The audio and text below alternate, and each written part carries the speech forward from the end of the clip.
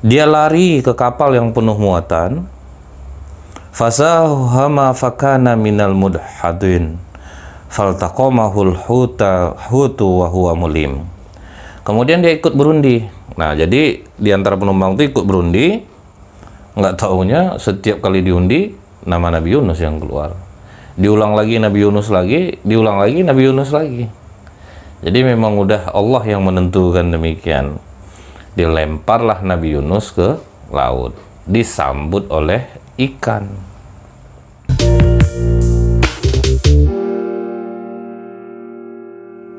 A'udzubillahi minasyaitonirrajim. Bismillahirrahmanirrahim. Assalamualaikum warahmatullahi wabarakatuh. Innal hamdalillah nahmaduhu wa nasta'inu wa nastaghfiruh wa na'udzubillahi min syururi anfusina wa min sayyiati a'malina. May yahdihillahu fala mudhillalah wa may yudlil fala hadiyalah. Asyhadu an la ilaha illallah wahdahu la syarikalah wa asyhadu anna Muhammadan abduhu wa rasuluh.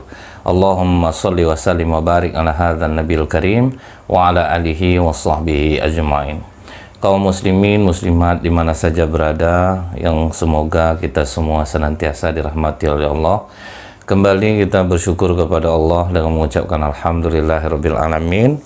Kita kembali dipertemukan Allah di majelis ilmu ini. Semoga apa-apa yang kita lakukan dibalas Allah dengan pahala yang berlipat ganda.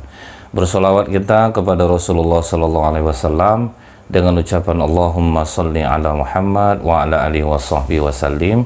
Semoga dengan banyak bersolawat kita mendapatkan syafaat di yaumil akhir kelak. Nabi Yunus ini diutus oleh Allah kepada kaum Ninawa, atau disebut juga Nainui, di daerah Al-Muwasil namanya. Nabi Yunus ketika dia menyampaikan dakwahnya itu, orang-orang yang hidup mewah melecehkannya karena dia dari kalangan orang yang biasa. Jadi memang musuh kebenaran itu adalah orang-orang yang hidup mewah, karena dia tidak ingin dia rugi. Makanya kata Allah dalam Al-Quran, wa ma arsalna fi qaryatin min nadhirin illa qala mutrafuha inna bima ursiltum bihi kafirun. Dan kami tidak mengutus kepada suatu negeri seorang memberi peringatan, melainkan orang yang hidup mewah di negeri itu berkata, sesungguhnya kami mengingkari apa yang kamu diutus untuk menyampaikannya. Karena kepentingan mereka akhirnya terhalang. Misalnya dibasmi narkotika, ditangkap kaki-kakinya kita. Yang terganggu siapa? Yang hidup mewah di belakang itu, bandar besarnya. Ditutup diskotik, bukan masalah karyawannya, orang yang punya kekayaan karena dia membuka diskotik itu yang terganggu uang masuknya. Jadi memang kalau orang yang udah biasa hidup mewah itu paling sulit untuk diberi kebenaran. Dia orang kaya sama orang biasa hidup mewah itu beda. Memang dia udah biasa bergelimang harta, hidup glamor. Nah ini dia paling pantang kalau diberikan kebenaran. Nah sama Nabi Yunus ini, begitu dia menyampaikan dakwah agar kaumnya menyembah Allah, nah orang-orang yang hidup mewah semuanya nolak. Nah kalau orang hidup mewah nolak, itu yang miskin ngikut, karena orang miskin itu hidupnya dari orang-orang kaya. Nah maka mereka diam aja. Salah satu contoh nih, ada sebuah sekolah, orang yang kaya yang punya sekolah itu, misalnya sekolah Islam tapi orang kaya di belakangnya, dia pemilik pribadinya, ustadz-ustadz yang ngelolanya. Nah itu biasanya yang ustadz-ustadz ini akhirnya harus manut dengan keputusan yang kaya ini, sehingga dia tidak bisa apa-apa. Sering sekali kita temui di lapangan seperti ini gitu. Orang yang hidup mewah terus dia buat suatu kebaikan, digunakannya orang-orang baik.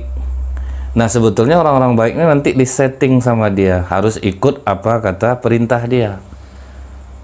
Apalagi orang yang awam, orang yang memang miskin, jauh dari agama, itu lebih mudah untuk mereka pengaruhi. Bahwa kalian mau duit, ribut kalian di sini, ribut kalian itu mau dia gitu. Apalagi menggunakan orang-orang yang tokoh.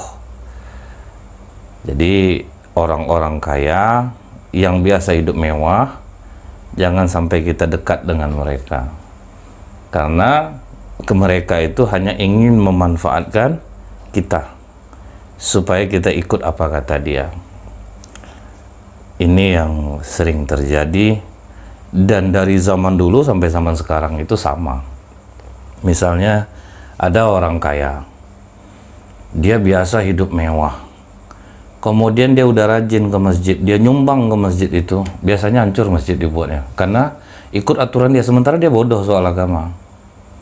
Dia yang ngeset semua anak-anak pengurus segan dia kaya, akhirnya dibiarkan aja, ya udahlah ikut aja lah kata bapak itu, dia banyak nyumbang. Nah itu yang terjadi. Jadi pengurus harus kokoh juga. Dulu pernah kejadian, donatur ini dia punya anak perempuan, disuruhnya lah imam masjid ngajar dia ngaji. Imam masjidnya masih bujangan, nah ngajar ngaji di rumahnya. Seiring perjalanan waktu, jatuh cintalah anak si donatur ini kepada imam ini.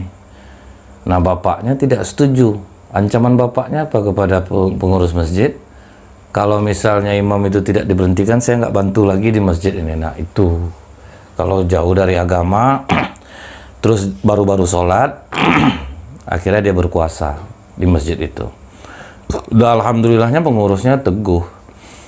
Ya kalau memang bapak nggak mau nyumbang sini lagi, ya udah sampai disitulah rezeki kami sama bapak. Nah, jadi orang-orang kaya saya peringatkan, kalau mau nyumbang buat pesantren, tolong fahami dulu agama. Jangan nanti ustadz-ustadznya yang dijadikan di depan untuk mengiyakan apa kemauan si pemilik modal. Akhirnya pesantren jadi komersil gitu. Gimana untuk menghasilkan duit sebanyak-banyak untuk pemiliknya? Ya ustadznya nggak bisa ngomong apa-apa, ustazahnya ya udah diam aja. Nah apalagi nih, kembali lagi saya ingatkan, untuk orang-orang miskin paling mudah dimobilisasi. Suruh ribut kasih 2 juta tuh udah besar kadang kan, akhirnya ribut. Pasti tanya kamu dikasih berapa, jadi kurir narkoba berapa dikasih 50 juta, yang pemilik modal dapat berapa miliar. Tantangan kita itu ketika kita mendakwahi orang-orang yang biasa hidup mewah. Nah, begitu Nabi Yunus memperingatkan kepada mereka, mereka menolak, terus menolak, terus menolak. Akhirnya Nabi Yunus mengatakan, kalian akan ditimpa azab setelah 3 hari. Kalau kalian nggak berubah dalam 3 hari, kalian akan ditimpa oleh azab Allah. Karena Nabi Yunus sudah berdoa kepada Allah. Nah, rencananya dalam 3 hari itu. Nabi Yunus karena terbawa emosi, ya, tetap sisi manusia seorang nabi itu pasti ada. Terbawa emosi, di hari ketiga sama sekali Nabi Yunus tidak melihat tanda-tanda akan turunnya azab. Biasa aja hari itu cerah, tidak ada yang aneh-aneh lah.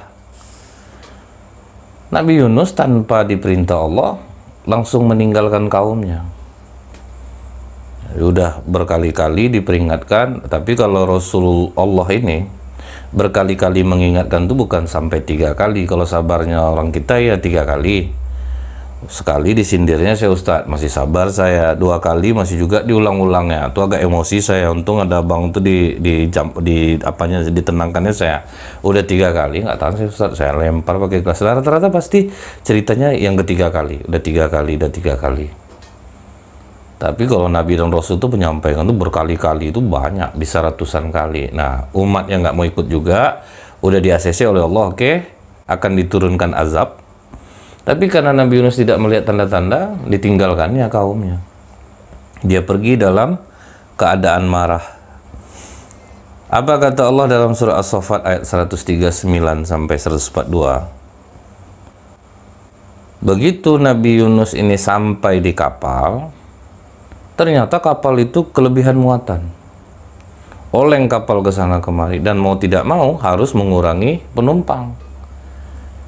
1 aja ini udah imbang kapal nih, kata mereka. Akhirnya diundi. Begitu diundi, apa kata Allah? Wa inna Yunusa laminal mursalin. Jadi diingatkan Allah dulu dalam ayat ini, sesungguhnya Yunus itu benar adalah seorang rasul. Dia menyampaikan kebenaran kepada kaumnya. Idh abaqa ilal fulkil mashhun. Dia lari ke kapal yang penuh muatan. Fasahama fakana minal mudhadin faltaqamahul hutu wa huwa mulim. Kemudian dia ikut berundi. Nah, jadi di antara penumpang itu ikut berundi. Nggak taunya setiap kali diundi nama Nabi Yunus yang keluar.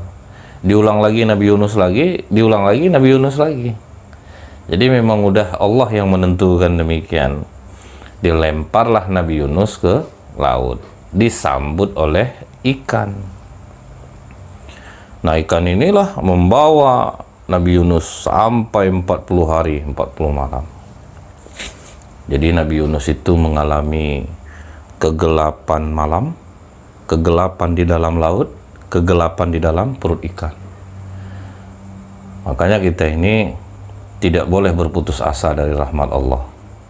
Rasul Allah saja ditegur oleh Allah. Cuman Allah ilhamkan kepada ikan ini tidak menghancurkan badan Nabi Yunus alaihissalam. Nah, Nabi Yunus pingsan di dalam perut ikan itu. Disangkanya dia udah mati karena gelap. Dia coba gerakkan badannya, ternyata bergerak badannya. Begitu bergerak badannya, disitulah dia menyesali tentang apa yang dia lakukan. Kenapa dia meninggalkan kaumnya? Ini dikatakan oleh Allah, wa dhannuni idh dhahaba mughadiban fa dhanna allan taqdiru alaihi fanada fi dhulumat alla ilaha illa anta subhanaka inni kuntu minaz zalimin fastajabna lahu wa najainahu minal ghammi wa kadzalika nunjil mu'minin. Dan ingatlah ketika Yunus pergi dalam keadaan marah. Nah, dia marah sama kaumnya karena kaumnya tidak mau ikut apa yang dikatakan oleh Nabi Yunus. Dan setelah 3 hari azab ternyata belum turun. Nabi Yunus, kata Allah, menganggap kami tidak akan mempersempitnya. Mungkin Nabi Yunus menyangka kami tidak akan mempersempitnya. Dari sini kita ada apa yang dapat kita pelajari? Kalau kita putus asa dari rahmat Allah, Allah akan menyempitkan kita. Bukan malah selesai, malah masalah kita makin sempit kita dibuatnya.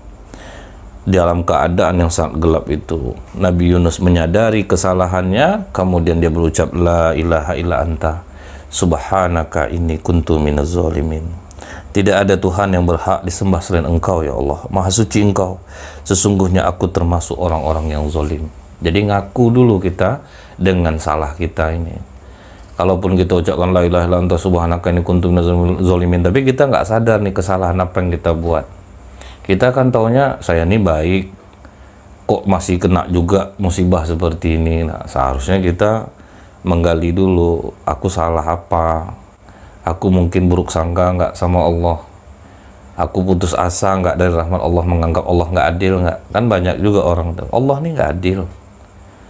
Kawan aku nggak sholat, banyak rezekinya. Aku udah rajin sholat. Jadi kadang-kadang ini yang bahaya di hati kita itu, jangan, Allah nggak mungkin zalimin kita.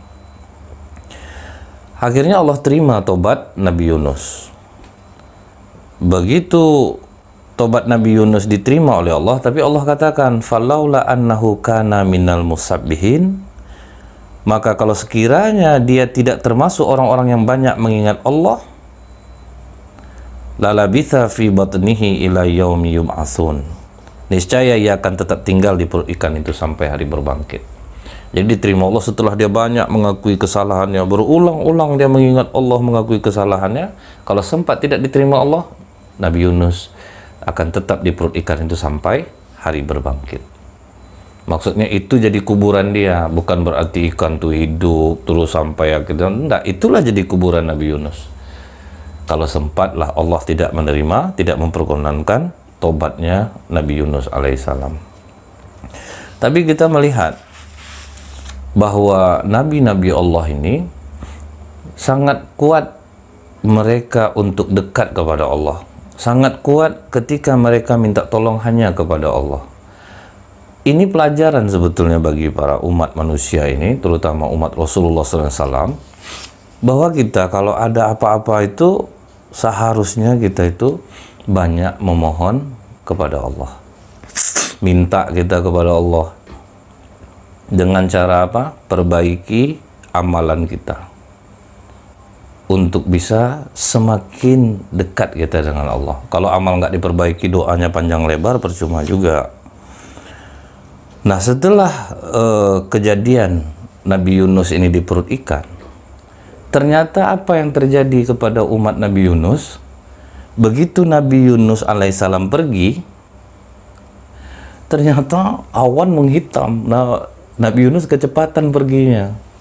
Awan menghitam, gelap, bangkit ketakutan masyarakat Nineveh ini. Mereka semua, waduh, ternyata Yunus benar. Mereka semua keluar ke lapangan, minta ampun kepada Allah. Hewan-hewan semua dikeluarin, mereka nangis, ampuni kami ya Allah, ampuni kami ya Allah. Ini yang kata Allah, falaula kanat qaryatun amanat fanafa'aha imanuha illa qauma Yunus. Tidak ada suatu kota yang beriman dan bermanfaat iman mereka itu kecuali kaum Nabi Yunus. Maksudnya apa? Azab udah mau turun, semua masyarakat bertobat kepada Allah, langsung berhenti azab Allah. Jadi kalau kita udah lihat bagaimana tanda-tanda hujan akan lebat, nah kita seharusnya, aduh ya Allah, lindungi aku ya Allah. Allah akan selamatkan kita insya Allah. Jadi nah, kaum-kaum sebelumnya udah nampak azab nggak mau tobat. Nah beda kaum Nabi Yunus, justru mereka ketika melihat akan ada azab datang, mereka satu kampung bertobat semuanya. Makanya Allah memuji juga nih kaum Nabi Yunus ini. Mereka mau bertobat kepada Allah. Tidak sama dengan kaum-kaum sebelumnya. Tapi ketika mereka bertobat, Rasulnya nggak ada. Jadi susah mereka untuk dibimbing. Bagaimana ini Rasul kita tidak ada? Mereka pun panik jadinya. Nah ketika mereka bertobat kepada Allah, maka apa kata Allah? Allah berikan mereka kesenangan hidup. Yang ditunggu Allah saat ini apa? Kita bertobat kepada Allah, Allah kasih kita kesenangan hidup. Ngaku kita kesalahan kita, jangan suka ngadu ke orang. Kalau apa-apa itu seharusnya kita ngadu ke Allah. Nih lihat di dalam hadis. Ketika Rasulullah menasihati seorang anak muda, wahai anak muda, maukah kamu aku ajarkan beberapa kalimat di mana dengan kalimat itu Allah akan memberi manfaat bagimu? Kata anak muda nih, iya ya Rasulullah, aku mau. Apa kata Rasulullah? Jaga Allah, maka Allah akan menjagamu. Maksudnya apa? Perintah-perintah Allah ini laksanakan. Jangan sampai kita lalai. Jaga waktu sholat, maka Allah akan menjaga kita. Kalau kita lalai, gimana Allah mau menjaga kita? Setelah kita laksanakan sholat, kita jaga waktunya, kita tidak lalai. Apalagi kata Rasulullah, jika kamu meminta, mintalah kepada Allah. Kadang kita ke manusia, bang, tolong betul lah bang, payah betul duit sekarang, semenjak COVID ini susah hidup. Gak boleh. Kalau minta, minta kepada Allah. Itu tauhid yang benar. Kalau kita udah minta ke Allah, nanti Allah yang akan gerakkan rezeki itu di mana sumbernya. Setelah itu apa lagi kata Rasulullah? Jika engkau minta pertolongan, mintalah pertolongan hanya kepada Allah. Bukan kepada pohon, bukan kepada kiai, bukan kepada kuburan. Minta tolong, minta kepada Allah. Setelah itu, siapapun bersatu manusia ini, kata Rasulullah, ingin memberi manfaat kepadamu. Kalau tanpa izin Allah, manfaat itu tidak akan sampai kepadamu. Nah ini takdir yang harus kita fahami. Banyak betul orang mau ngasih kita manfaat, kalau nggak izin Allah, tetap nggak bisa. Orang mau bantu kita, udah dijanjikan ya nih, pokoknya besok aman ya jam 9, aku bantu kau. Kalau tanpa izin Allah, bantuan itu tidak akan sampai kepada kita. Tapi sebaliknya kata Rasulullah, semua orang membencimu, berniat buruk kepadamu. Kalau tanpa izin Allah, keburukan itu tidak akan sampai kepadamu, kecuali apa-apa yang sudah ditakdirkan Allah mengenaimu. Jadi walaupun nih orang yang mau minjam ini dia asut-asut sama orang, nggak usah kasih lagi, dia payah bayar. Kata orang ini nggak apa-apa, nggak dibayar pun nggak apa-apa. Itulah kalau Allah mau menggerakkan hati orang, banyak pun orang yang menghalang, mereka tidak akan mampu. Di sini kita melihat bahwa Nabi Yunus alaihissalam terus bermunajat kepada Allah selama dalam perut ikan itu, sampai mual perut ikan itu dibuatnya karena zikir Nabi Yunus, la ilaha illa anta subhanaka inni kuntu minaz zalimin. Nah, ini pengakuan kalau yang mau pakai zikir ini, ingat kesalahan yang kita mau minta ampun kepada Allah itu apa? Kita udah zalimin diri kita itu apa? Apa yang membuat kita zalim kepada diri kita ini?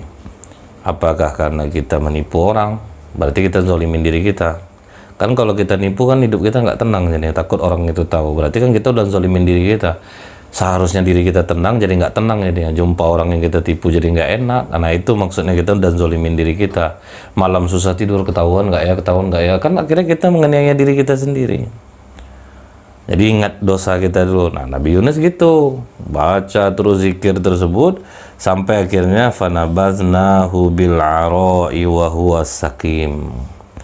Kami lemparkan dia ke daerah tandus, dimuntahkan oleh ikan itu.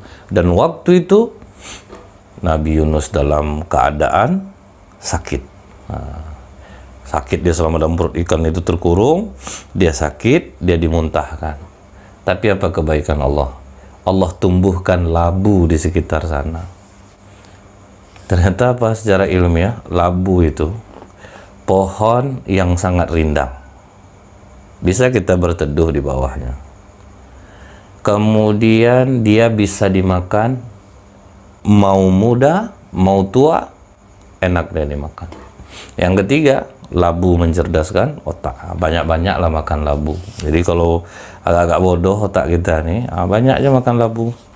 Labu itu mau muda, mau tua, dia enak dimakan. Pohonnya rindang, anti serangga. Tidak ada serangga yang mendekat kepada pohon labu. Nah, itulah dikasih untuk Nabi Yunus. Kemudian Nabi Yunus dikembalikan Allah kepada kaumnya. Betapa bahagia kaum Nabi Yunus. Nah, inilah Nabi yang kaumnya bertobat massal itu ya, kaum Nabi Yunus. Selebihnya sebelum Nabi Yunus nggak ada kaum yang mau bertobat. Nah, ada juga kadang manusia ini yang begitu disampaikan kebenaran dia melawan, tapi begitu terasa sama dia akan ada azab, dia akhirnya sadar, dia akhirnya bertobat. Nah, mudah-mudahan kita seperti kaum Nabi Yunus ini. Tapi waktu nerimanya, waktu nolaknya jangan. Mau menerima kesalahan dan mau berubah, sekalipun dia biasa hidup senang. Kembalilah Nabi Yunus kepada kaumnya, disambut oleh kaumnya, dan kaumnya bertakwa kepada Allah dan diberikan Allah kesenangan. Karena apa kata Allah? Kalau orang bertakwa itu, wa may yattaqillaha yaj'al lahu makhraja. Dikeluarkan Allah dari kesempitannya, wa yarzuqhu min haitsu la yahtasib. Diberikan rezeki dari arah yang tidak terduga-duga. Nah, zikir Nabi Yunus ini sangat bagus untuk kita amalkan. Itu terdapat dalam surah Al-Anbiya ayat 87, la ilaha illa anta subhanaka inni kuntu minaz zalimin. Tidak ada Tuhan yang berhak disembah selain Allah. Mesti ada dulu pengakuan dalam diri kita nih, memang kita nggak ada mencintai selain Allah. Tiada jabatan lebih aku cintai selain aku mencintai Allah. Kalaupun hilang jabatan ini karena izin Allah, aku rela. Jadi aku rela meninggalkan perbuatan maksiat ini, aku lebih mencintai Allah. Nah, itu baru pengakuan dalam diri kita. Kemudian kita katakan, maha suci Engkau ya Allah, sesungguhnya aku adalah orang yang zalim. Nah, kita ingat apa yang menjadi kezaliman kita. Tapi apa kata Rasulullah? Tidak sepatutnya seorang hamba mengatakan sesungguhnya aku lebih baik daripada Yunus bin Matta. Ya, ada orang yang ngaku nih, aku lebih baik daripada Nabi Yunus, aku tidak pernah putus asa. Oh, jangan sampai seperti itu. Nabi Yunus, maka ditekan Allah, Nabi Yunus itu adalah seorang Rasul. Dia memang ikhlas menyampaikan kebenaran, ditolak. Jadi ada sisi manusianya, dia meninggalkan kaumnya. Jadi jangan pernah kita mengatakan saya lebih baik daripada Nabi Yunus. Hati-hati, karena dulu pernah ada orang yang menganggap saya tidak ada buat salah, lebih baik saya daripada Nabi Yunus. Nah, ini udah hebat betul orang ini, aku lebih hebat daripada Nabi. Nah, mudah-mudahan ini bermanfaat. Lebih kurang saya mohon maaf. Subhanakallahumma wa bihamdika asyhadu an la ilaha illa anta astaghfiruka wa atubu ilaik. Assalamualaikum warahmatullahi wabarakatuh.